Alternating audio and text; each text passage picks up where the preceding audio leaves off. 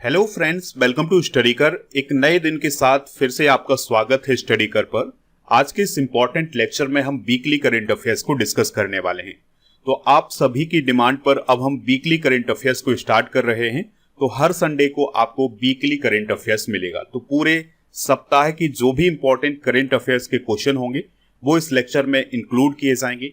ये एक प्रकार से टेस्ट होगा आपके लिए।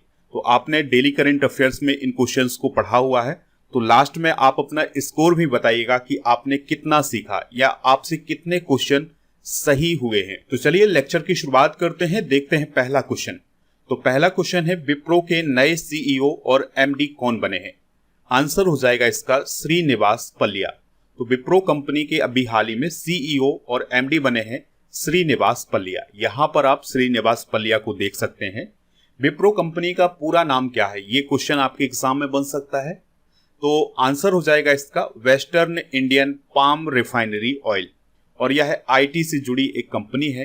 स्थापना हुई थी इसकी 29 दिसंबर 1945 को, और इसकी स्थापना किसके द्वारा की गई थी? मोहम्मद प्रेम जी के द्वारा। तो दोस्तों, आज के इस लेक्चर में हम 8 से 14 अप्रैल 2024 तक के मोस्ट इंपॉर्टेंट करंट अफेयर्स के क्वेश्चन डिस्कस कर रहे हैं।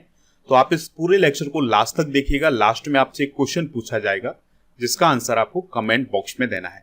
आप हमारे व्हाट्सएप चैनल को ज्वाइन कर लीजिएगा, उसका लिंक आपको डिस्क्रिप्शन में मिल जाएगा। इसके अलावा टेलीग्राम चैनल को ज्वाइन कर लीजिएगा। आपको टेलीग्राम पर जाना है और स्टडी कर ऑफिशियल सर्च करना है। तो दोस्तों, वहां पर आपको चैनल मिल जाएगा, उससे ऐड हो जाना है तो पीडीएफ और नोटिफिकेशन दोनों मिल जाएंगे। ऐप को भी डाउनलोड कर लीजिएगा, इसका भी लिंक आपको डिस्क्रिप्शन बॉक्स में दिया गया है। ऐप पर आपको paid course, e book, test series, PDF, daily quiz ये सभी मिल जाएगा। इसके अलावा मंथली करंट अफेयर्स और ईयरली करंट अफेयर्स की ई बुक भी आपको ऐप पर ही मिल जाएगी। तो इन सभी को प्राप्त करने के लिए ऐप को जरूर डाउनलोड करें। और दोस्तों, आपको बता दें कि जियोग्राफी, साइंस, पॉलिटी, इन सभी की ई बुक भी आपको हिंदी और इंग्लिश दोनों मीडियम में ऐप पर मिलेगी। तो इन सभी को ऐप से प्राप्त कर लीजिएगा। चलिए अगला क्वेश्चन देखते हैं। अगला क्वेश्चन है, पीटर पेलेग्रिनी किस देश के राष्ट्रपति बने हैं? तो स्लोवाकिया देश के नए राष्ट्रपति कौन बने हैं? पीटर पेलेग्रिनी बने हैं। दोस्तों, आपको याद रखना है कि पीटर पेलेग्रिनी 2018 से 2020 तक स्लोवाकिया के प्राइम मिनिस्टर के रूप में भी काम कर चुके हैं। स्लोवाकिया यूरोप महाद्वीप में है। कैपिटल है इसकी ब्रातिस्लावा। प्राइम मिनिस्टर है रॉबर्ट फिको और करेंसी है यूरो। अगला क्वेश्चन है, विश्व स्वास्थ्य दिवस यानी वर्ल्ड हेल्थ डे कब मनाया जाता है? तो हर साल 7 अप्रैल को वर्ल्ड हेल्थ डे मनाया जाता है, क्योंकि 7 अप्रैल 1948 को WHO की स्थापना हुई थी। तो इसी दिन को याद करने के लिए ही 7 अप्रैल को विश्व स्वास्थ्य दिवस मनाया जाता है।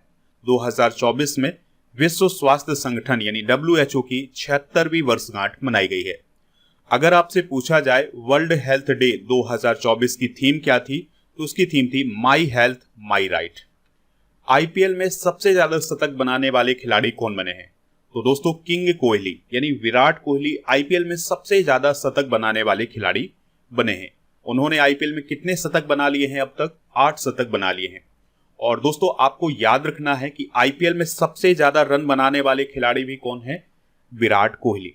और वनडे में सबसे ज्यादा शतक बनाने वाले खिलाड़ी कौन है? विराट कोहली। तो विराट कोहली के नाम वनडे क्रिकेट में 50 शतक हो गए हैं। नेक्स्ट क्वेश्चन है, खुबानी खिलना महोत्सव 2024 किस राज्य या केंद्र शासित प्रदेश में शुरू हुआ है या आयोजित किया गया है?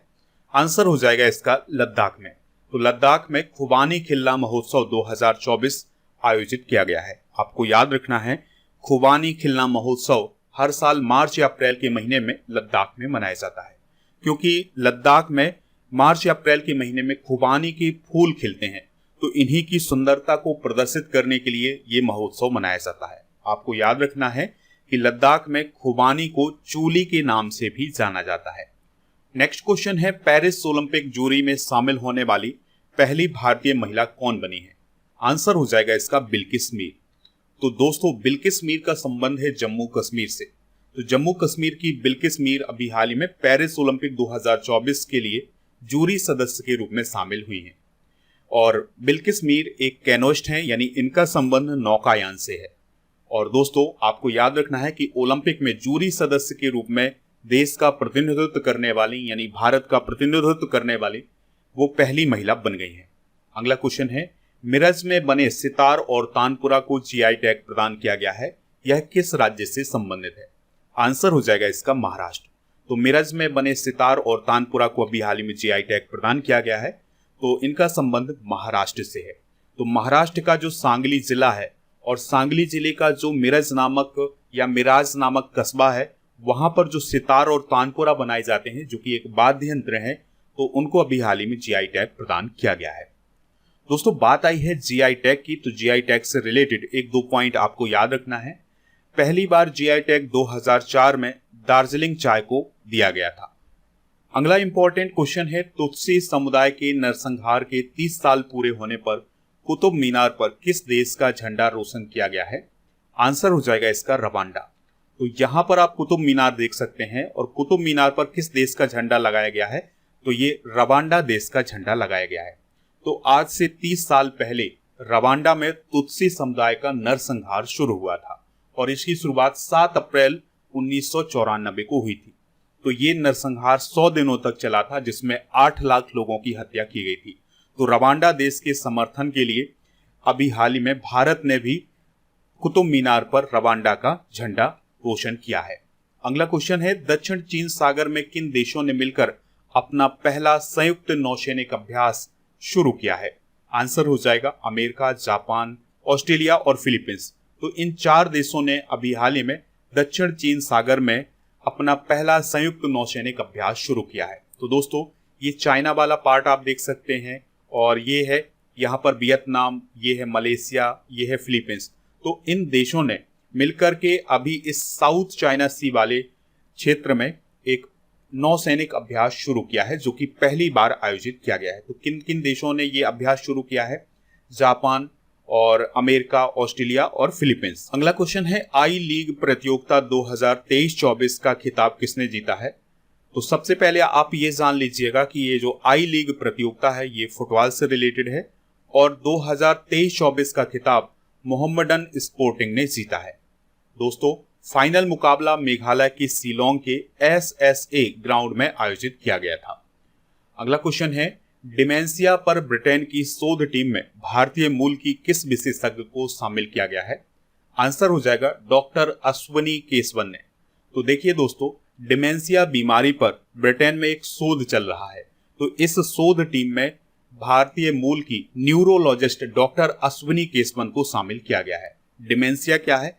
तो डिमेंशिया एक सिंड्रोम है जिसमें हमारी सोच और हमारे जो विचार हैं और समझ है, गणना करने की जो क्षमता है और भाषा और निर्णय लेने की जो क्षमता है वो इसमें प्रभावित होती है। नेक्स्ट क्वेश्चन है, सीआरपीएफ वीरता दिवस कब मनाया जाता है? तो हर साल 9 अप्रैल को सीआरपीएफ वीरता दिवस मनाया जाता है। दोस्तों गुजरात के कच्छ के रण में भारतीय सैनिकों के द्वारा पाकिस्तानी सैनिकों को खदेड़ा गया था। तो इसी घटना को याद करने के लिए सीआरपीएफ वीरता दिवस 9 अप्रैल को मनाया गया है। ये घटना कब की है?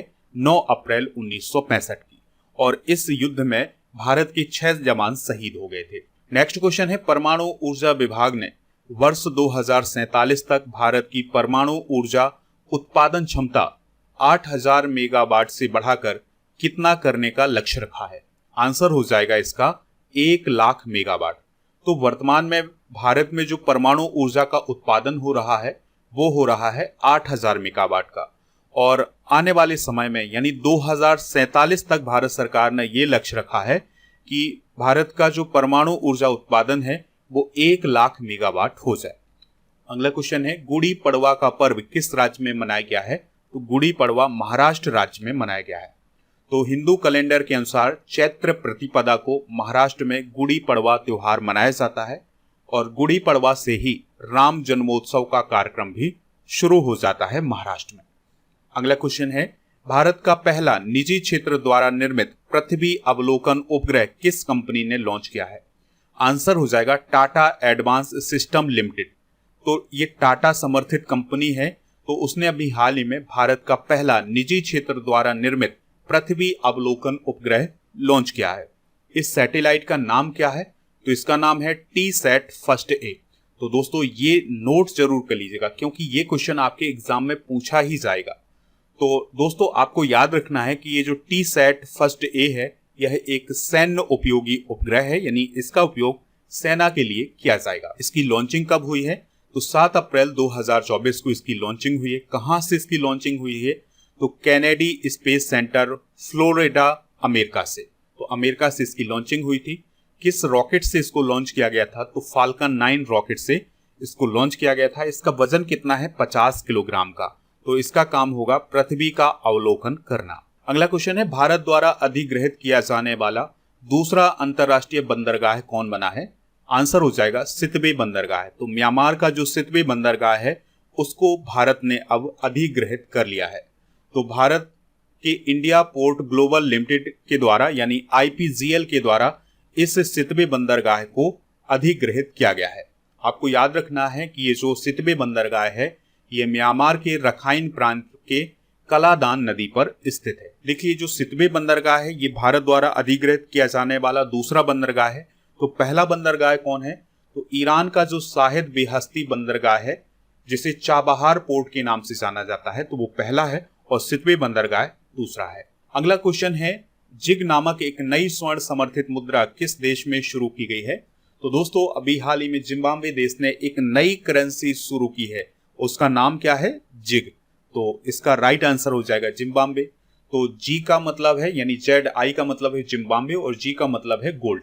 ठीक है, तो इसका फुल फॉर्म होगा जिम्बाब्वे गोल्ड। तो अमेरिकी सिक्कों की कमी को दूर करने के लिए जिम्बाब्वे गोल्ड या जिग नामक नई स्वर्ण समर्थित मुद्रा जिम्बाब्वे के द्वारा लॉन्च की गई है। मोंटे कार्लो मास्टर्स में मुख्य ड्रा मैच जीतने वाले पहले भारतीय टेनिस खिलाड़ी कौन बने हैं? तो उनका नाम है सुमित नागल।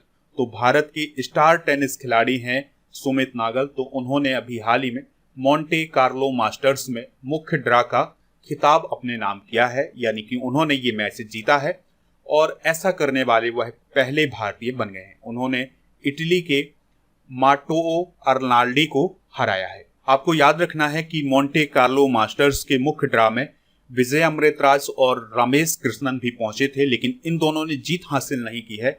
सुमित नागल ने जीत हासिल की है।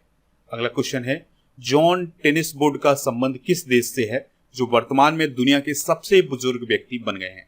तो उनका संबंध है इंग्लैंड से। तो इंग्लैंड की जॉन अल्फ्रेड टेनिसवुड ऑफिशियली तौर पर दुनिया के सबसे बुजुर्ग व्यक्ति बन गए हैं।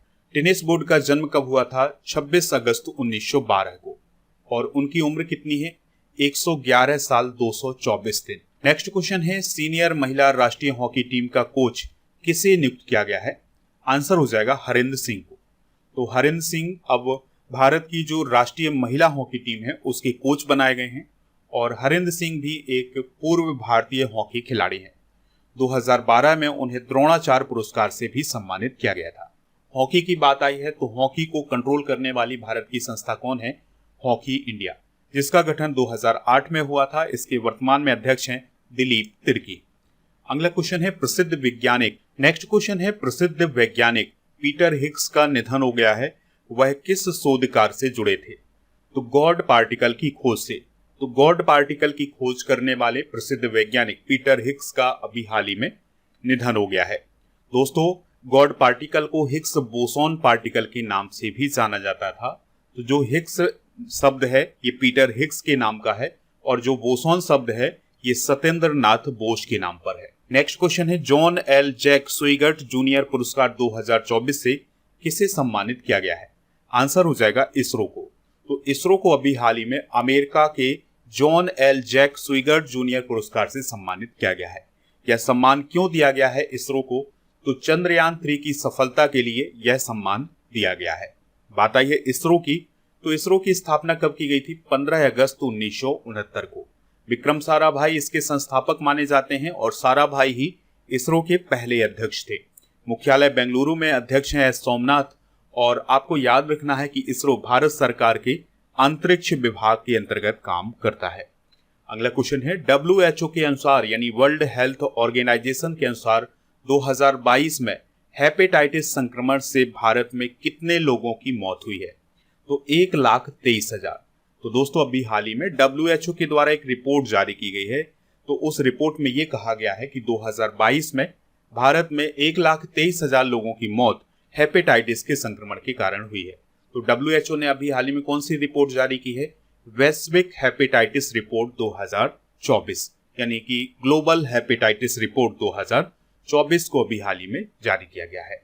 दोस्तों, हेपेटाइटिस एक विषाणु जनित रोग है, यानी वायरस से होने वाला रोग है और ये हेपेटाइटिस वायरस से फैलता है। और आपको याद रखना है कि हेपेटाइटिस के कारण लीवर प्रभावित होता है हमारे शरीर का और इसमें लीवर में सूजन आ जाती है। अगला क्वेश्चन है, आईसीसी ने मार्च 2024 के लिए player of the month Kamindu Mendis को चुना है, वह किस देश के क्रिकेटर हैं? आंसर हो जाएगा इसका श्रीलंका। तो श्रीलंका के क्रिकेटर कमेंदु मेंडिस को आईसीसी के द्वारा मार्च 2024 का प्लेयर ऑफ द मंथ चुना है। और अगर हम महिला वर्ग की बात करें तो इंग्लैंड की मेया बाउचर को प्लेयर ऑफ द मंथ चुना गया है। नेक्स्ट क्वेश्चन है, अफ्रीका की लंबाई तक दौड़ने वाले पहले व्यक्ति कौन बने हैं? हार्डेस्ट गीजर, और इन्हें रॉस कुक के नाम से भी जाना जाता है, यानी कि इनका असली नाम है रॉस कुक और इन्हें हार्डेस्ट गीजर के नाम से जाना जाता है।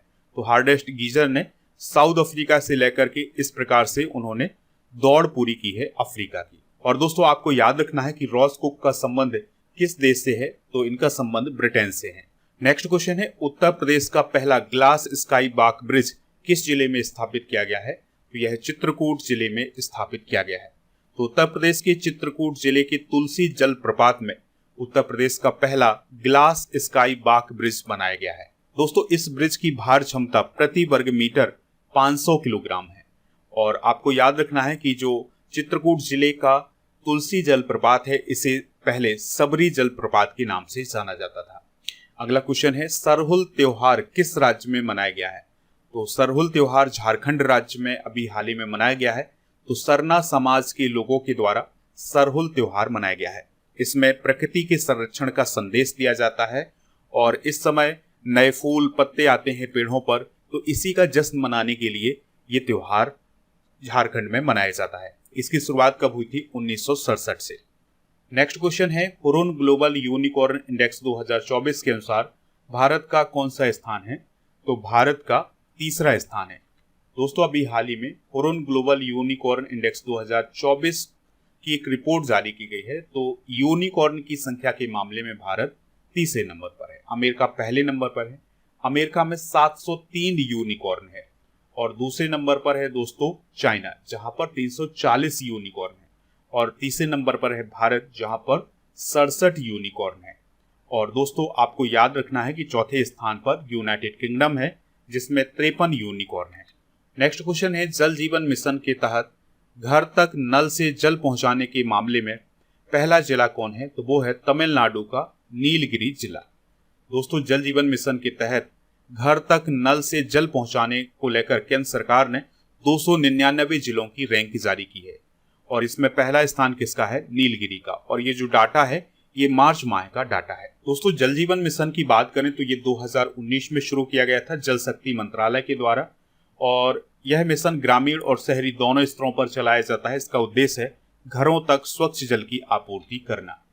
जल जीवन मिशन में टॉप 10 जिलों की बात करें तो पहले स्थान पर नीलगिरी, दूसरे पर महोबा, तीसरे पर कुड्डालोर और चौथे पर मेरठ है। इसके अलावा ललितपुर 5वें पर, छठे पर तिरुवन्नामलाई है और 7वें पर है मिर्जापुर, 8वें पर है हापुड़। इसके अलावा हमीरपुर 9वें पर और 10वें नंबर पर है बुलंदशहर। अगला क्वेश्चन है और इस लेक्चर का लास्ट क्वेश्चन है, वर्ल्ड साइबर क्राइम इंडेक्स 2024 में भारत की रैंक क्या है? तो भारत की रैंक है 10। तो अभी हाल ही में ऑक्सफोर्ड यूनिवर्सिटी और University of New South Wales के एक्सपर्ट के द्वारा साइबर क्राइम पर ग्लोबल स्टडी की गई है और इसी के आधार पर ये इंडेक्स जारी किया गया है। तो इसमें भारत कौन से स्थान पर है? 10वें नंबर पर। पहले नंबर पर रूस, दूसरे पर यूक्रेन, तीसरे पर चाइना, चौथे पर अमेरिका, 5वें पर नाइजीरिया, छठे पर रोमानिया और 7वें पर नॉर्थ कोरिया, 8वें पर ब्रिटेन, 9वें पर ब्राजील और 10वें नंबर पर कौन है? भारत।